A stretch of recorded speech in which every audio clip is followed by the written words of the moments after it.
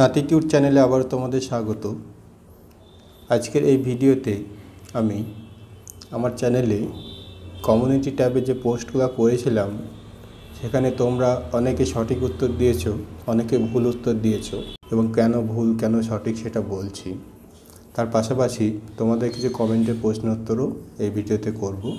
তো তোমরা যারা জেএক্সপো ভোকলেট ক্যান্ডিডেট আছো সবাই ভালো করে দেখো। তো আজকে প্রথম যে আলোচনার বিষয় সেটা হচ্ছে বিটা কণা কোন কণা ভেঙে তৈরি হয়। প্রথম অপশন ছিল ইলেকট্রন, তারপর ছিল প্রোটন, তারপর ছিল নিউট্রন, তারপর ছিল কোনোটি নয়, তারপর ছিল আমি জানি না। তো আমি জানি না এটা দেওয়ার কারণ হচ্ছে যে এরকম অপশান বাস্তবে থাকে না, কিন্তু এখান থেকে আমি জানতে পারবো যে ঠিক কতটা ছাত্র এখানে আছে যারা বাস্তব কথাটা বলছে। তো সেটা জানার জন্যই তো তাদের অবশ্যই জানা জরুরি। এগুলো খুব ইম্পর্টেন্ট প্রশ্নগুলো দেওয়া হয়, ব্যতিক্রমী প্রশ্ন যেগুলো ভুল হওয়ার সম্ভাবনা বেশি। তো এই প্রশ্নটার সঠিক উত্তর হচ্ছে নিউটন, কিন্তু 83% ছাত্র এখানে ভুল করেছে। মোট 335 জন ভোট দিয়েছে তার মধ্যে। সেখানে সঠিক, এখানে ভুল উত্তর হচ্ছে 83, এখানে ইলেকট্রন হচ্ছে ভুল উত্তর। সঠিক উত্তর হচ্ছে নিউটন, যেটা 4% ছাত্র সঠিক করেছে। আসলে ঘটনাটা হচ্ছে যে একটা নিউটন ভেঙে একটা বিটা কণা এবং একটা প্রোটন তৈরি হয়। কিন্তু বিটা কণার সঙ্গে অনেকেই গুলিয়ে ফেলে, তার কারণ হচ্ছে বিটা কণার আধান ইলেকট্রনের আধানের সাথে সমান।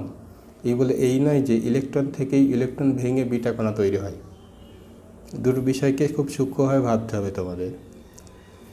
তারপরে একটা প্রশ্ন ছিল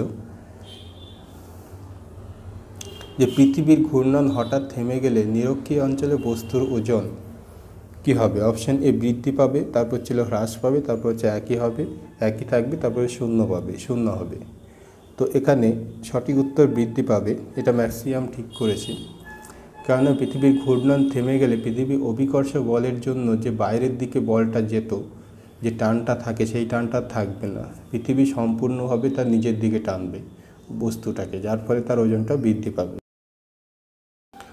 পৃথিবীর কেন্দ্রে বস্তুর ওজন কত। অপশন প্রথমে ছিল 0, তারপর ছিল অসীম। তো এখানেও 343 জন ভোট দিয়েছে, তার মধ্যে সঠিক উত্তর সবাই দিয়েছে 99%, এবং অসীম 1% ছাত্র এখানে ভুল দিয়েছে। মোটামুটি 3 জন কি 4 জন ছাত্র আছে যারা ভুল উত্তর করেছে। তারপর যে কার্বোনেডো নামে পরিচিত কোনটি। গ্রাফাইট, কালো হীরক, গ্যাস কার্বন আর উজ্জ্বল হীরক। তো এখানে এই প্রশ্নটা ব্যতিক্রমী প্রশ্ন, সবাই ভুল করেছে, ম্যাক্সিমাম এখানে ভুল করেছে। গ্রাফাইট এখানে সবাই উত্তর করেছে, এটা ভুল উত্তর। সঠিক উত্তর হচ্ছে কালো হীরক। কালো হীরককে কার্বোনেডো বলে। মোটামুটি 11% ছাত্র এটা সঠিক উত্তর দিয়েছে। তারপর যে তড়িৎ বিশ্লেষণের পাত্রটা কি, নাম কি। প্রথমে আছে হাইগ্রোমিটার, তারপর হচ্ছে ভোল্টামিটার, তারপর হচ্ছে ভোল্টমিটার, তারপর হচ্ছে ক্যালোরিমিটার। এখানে ম্যাক্সিমাম সঠিক উত্তর দিয়েছে, সঠিক উত্তর হচ্ছে ভোল্টমিটার। ক্যালোরিমিটার যন্ত্রের সাহায্যে কী করা হয়, তাপের পরিমাপ নির্ণয় করা হয়। ভোল্টমিটার যন্ত্রের সাহায্যে ভোল্ট মাপা হয় বা তড়িৎ বিভব মাপা হয়। হাইগ্রোমিটার যন্ত্রের সাহায্যে গ্যাসের চাপ পরিমাপ করা হয়। যাই হোক, তারপর প্রশ্ন ছিল আলোকবর্ষ কিসের একক। আলোকবর্ষ অপশানে বেগ, তারপর হচ্ছে দ্রুতি, তারপর হচ্ছে প্রাবল্য। তো অপশান প্রথমে আছে বেগ, তারপর হচ্ছে দ্রুতি, তারপর হচ্ছে দৈর্ঘ্য, তারপর হচ্ছে প্রাবল্য। তো এখানে সঠিক উত্তর হচ্ছে দৈর্ঘ্য। এটা অনেকে ম্যাক্সিমাম সঠিক উত্তর দিয়েছে। আলোকবর্ষ আসলে আলো 1 বছরে কতটা রাস্তা অতিক্রম করে সেটাকেই আলোকবর্ষ বলা হয়, তাই এটা একটা দৈর্ঘ্যের খুব বড় একক। কোনটি শক্তির রূপ নয়। তাপ, আগুন, বিদ্যুৎ, আলো। এখানে সঠিক উত্তর হচ্ছে আগুন। সবাই সঠিক উত্তর করেছে ম্যাক্সিমাম, অনেকেই ভুল করেছে। মিউরেটিক অ্যাসিডের রাসায়নিক নাম কি। অপশান এতে আছে সালফিউরিক অ্যাসিড, অপশান বিতে আছে বা পরের অপশান আছে হাইড্রোক্লোরিক অ্যাসিড, তারপরে অপশান আছে নাইট্রিক অ্যাসিড, তারপরে অপশান আছে কার্বনিক অ্যাসিড। তো এখানে সঠিক উত্তর হচ্ছে হাইড্রোক্লোরিক অ্যাসিড। তো এখানে সঠিক উত্তর ম্যাক্সিমাম ভোট দিয়েছে সালফিউরিক অ্যাসিড, এটা ভুল উত্তর। তো এটা এক ধরনের ব্যতিক্রমী প্রশ্ন, এই ভুলটা তোমাদের হয়। তো এখানে তোমরা ভালোভাবে মনে রাখবে যে হাইড্রোক্লোরিক অ্যাসিডকে মিউরেটিক অ্যাসিড বলে। তোমরা যদি কখনো অ্যাসিড দেখে থাকো, পায়খানা পরিষ্কার করার যে অ্যাসিড সেটাও দেখবে মিউরেটিক অ্যাসিড বলে লেখা থাকে এবং HCl সংকেত দেওয়া থাকে। তারপর তোমাদের কিছু কমেন্টের প্রশ্ন যে উত্তর করতে হবে সেটা হচ্ছে তোমাদের প্রথম কমেন্ট এখানে ছিল বিক্রম মণ্ডল, আজকে কমেন্ট করেছে। সে বলছে যে এপ্রিল 3 তারিখে অ্যাডমিট দেবে কিনা। তো এপ্রিল 3 তারিখে অ্যাডমিট দেওয়া সম্ভব নয়, কারণ এপ্রিল 18 তারিখ পর্যন্ত ফর্ম ফিল আপ চলবে। তো তারপরে হয়তো 1 সপ্তাহ কি 2 সপ্তাহ পর থেকে হয়তো অ্যাডমিট দেবে, যেহেতু 30শে মে জেক্সো ভোগলেট পরীক্ষা। এরকম হতে পারে যে পরীক্ষার 1 সপ্তাহ আগে অ্যাডমিট দিচ্ছে। তারপর একটা কমেন্ট যে কৌশিক পাল, স্যার ফুল সিলেবাসের 50টা ম্যাথ আর পিডিএফ ছাড়ুন। হ্যাঁ, তো আমরা পিডিএফ ছাড়ার ব্যাপারে কথা ভাবছি। তো দেখি যত তাড়াতাড়ি সম্ভব পরীক্ষার আগে পিডিএফের স্টাডি ম্যাটেরিয়ালস এবং মক টেস্ট প্রশ্ন সেট আমরা দেওয়ার চেষ্টা করছি। তারপর কমেন্ট আছে বিক্রম মণ্ডল যে স্যার হেল্প হচ্ছে খুব, সব ঠিক আছে, একটা সাজেশন দিতে হবে। বলছি গভর্নমেন্ট পলিটেকনিক কলেজে সিভিল ইঞ্জিনিয়ারিং করলে পার সেমিস্টার কত কেমন খরচ পড়বে একটু বলুন। তো পলিটেকনিক কলেজে সিভিল ইঞ্জিনিয়ারিং ভর্তি হলে যদি সরকারি কলেজ হয়, তোমাদের পার সেমিস্টার খরচ বলতে শুধু কলেজের জন্য খরচ পড়ে 250 টাকা এক্সাম ফিস, আর ভর্তির সময় মোটামুটি 2000 টাকা। হ্যাঁ, এছাড়াও পার মাসে তুমি যদি বাইরে থাকো, মেসে থাকো বা ঘর ভাড়া নিয়ে থাকো, তার খরচ কিন্তু আলাদা। সেক্ষেত্রে মোটামুটি 3500 থেকে 4000 টাকা খরচ পড়তে পারে। আর তুমি যদি বাড়ির কাছাকাছি কলেজ নাও সেটাই সবথেকে ভালো হবে। সেক্ষেত্রে খরচ তোমার একটা স্কুলে যেমন খরচ হতো মোটামুটি সেরকমই খরচ। গভর্নমেন্ট কলেজে খরচ খুব একটা বেশি নেই। তবে প্রাইভেট কলেজের ক্ষেত্রে সেক্ষেত্রে খরচ থাকা খাওয়ার ব্যাপারটা একই, কিন্তু তোমরা যদি সেখানে মিনিমাম পার সেমিস্টার চার্জ মোটামুটি 30,000 টাকা ধরে রাখতে পারো মোটামুটি ভালো কলেজ পেতে গেলে। তাছাড়া তার কম 20,000 বা 25,000-এও তোমাদের হতে পারে। পরের কমেন্ট আছে শাহিদুল শেখ, স্যার আপনার সমস্ত ম্যাথ বা ফিজিক্স কেমিস্ট্রি সবগুলোই ভালো করে পড়ছি, এগুলো পড়লেই কি এক্সাম ভালো হবে নাকি আরও অন্য কোনো বুক প্র্যাকটিস করতে হবে?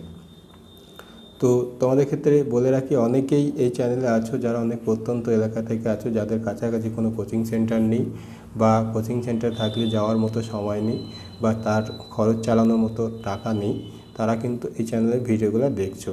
তো তাদের জন্যই আসলে এই চ্যানেলটা তৈরি করা হয়েছে। তো এক্ষেত্রে তোমাদের বলবো তোমরা পাশাপাশি 2-1টা বই রাখো এবং পারলে ছায়া প্রকাশনী বা সাঁতরা এই বইগুলো তোমরা পড়তে পারো। এই নামগুলো আমি বললাম কারণ হচ্ছে আমি এই বইগুলো থেকেই করাই। এইগুলাই আমি যে বইগুলো দেখেছি তার মধ্যে এইগুলাই সবচেয়ে ভালো মনে হয়েছে। তোমাদের যদি অন্য কোনো বই ভালো মনে হয় সেগুলোও কিনতে পারো, তবে পাশাপাশি পড়ো এবং ইউটিউবের এই ভিডিওগুলো ভালো করে দেখো। আর ভিডিও যখনই দেখবে খাতা পেন নিয়ে রেডি হয়ে দেখবে। হ্যাঁ, যা কিছু হচ্ছে সব কিছু নোট করবে। হ্যাঁ, ফিজিক্স কেমিস্ট্রি ম্যাথ সব কিছু ভালোভাবে নোট করবে এবং একটা খাতাতে সেটাকে নোট করবে। পরীক্ষার আগে যেন খুব সংক্ষেপে সেটাকে রিভিশন দিতে পারো, কেননা তখন কম টাইমে সমস্ত ভিডিও দেখা সম্ভব হয় না। হ্যাঁ, এই জন্য বলি যে এখন যখনই যত ভিডিও দেখছো সব ভিডিওগুলোই তোমরা খাতা পেন নিয়ে ভালো করে নোট করে রাখো। শুধু এই চ্যানেল বলে কথা না, অন্য কোনো চ্যানেল থেকে, যদিও বাংলাতে এরকম চ্যানেল খুব কমই আছে, তো অন্য কোনো চ্যানেল থেকেও যদি কোনো হেল্প পাও সেখান থেকে তোমরা নোট করে রাখো। এইভাবে তোমরা প্রিপারেশন নাও। ইউটিউবটা একটা ভালো কাজে ব্যবহার করো। তো দেখো এখান থেকে অনেক কাজ হয়ে যাবে আশা করি। আমি সমস্ত দিকটা খেয়াল করেই ভিডিওগুলো তৈরি করছি এবং আমরা পরবর্তীতে এবং কিছুদিনের মধ্যেই পিডিএফ ফাইল দেওয়া শুরু করব, যেখান থেকে তোমরা প্রিন্ট করে রেখে নোটগুলোকে রিভিশন দিতে পারবে। তারপরে কমেন্ট দীপক মণ্ডল কমেন্ট করছে, স্যার দয়া করে ভোকলেটের জন্য ক্লাস 11-এর অঙ্ক চ্যাপ্টার ওয়াইজ অঙ্ক দিন, চ্যাপ্টার ওয়াইজ অপেক্ষায় থাকলাম, খুব দরকার দিবেন। তো ভোকলেটের ক্ষেত্রে ভোকেশনাল ক্যান্ডিডেটের জন্য বলে রাখি যে তোমাদের ভিডিও আপলোড করলে ভিউ খুবই কম আসছে। হ্যাঁ, যার কারণে সেই ভিডিওটা আপলোড করলে হঠাৎ চ্যানেলটার ক্ষতি হয়ে যাচ্ছে। এই জন্য জেক্সপো প্রশ্ন একটু বেশি দেওয়া হয়। তবে ভোকলেটের সিলেবাস আমি কমপ্লিট করব। আর ভোকলেটে অলরেডি অনেক ভিডিও দেওয়া হয়েছে, মেকানিক্স কম্পিউটার থেকে অঙ্কেরও কিছু আছে এবং অনেক চ্যাপ্টার জেক্সপোর সাথে কমন আছে, সেগুলো তোমরা দেখো। এবং ক্লাস 11-এর উপর যে ভিত্তি করে যে ভোকলেটের চ্যাপ্টারগুলো আছে ভোকলেটের সেগুলো আমি করাবো। তো তোমরা একটু দেখতে থাকো এবং সঙ্গে থাকো। পরের comment Bikram Mondal, sir please answer my question. Computer science সাবজেক্টটা নিয়ে আমি ডিপ্লোমা করলাম, তারপর বিটেক করতে পারবো কেমনভাবে? জিলেট দ্বারা তো যাই হোক, প্রশ্নটা এরকমই বলছি যে জিলেট দিয়ে অবশ্যই শুধু কম্পিউটার সায়েন্স বলে কথা না, ডিপ্লোমা কমপ্লিট করার পর সিভিল, মেকানিক্যাল, ইলেকট্রিক্যাল যে কোনো ট্রেড নিয়েই করা যাবে। সেক্ষেত্রে তোমাদের জিলেট পরীক্ষাটাই কোয়ালিফাই করতে হবে। জিলেট পরীক্ষাটাই কেবলমাত্র ফার্স্ট ইয়ার সিলেবাসটা থাকে, সেই সিলেবাসটাকে নিয়ে একটা পরীক্ষা হয়, সেই এন্ট্রান্স পরীক্ষা ল্যাটারেন্সে, সেখানে বিটেকে ডাইরেক্ট সেকেন্ড ইয়ারে এন্ট্রা হয়। অর্থাৎ সেক্ষেত্রে তোমাদের 3 বছর লাগবে বিটেকটা কমপ্লিট করতে।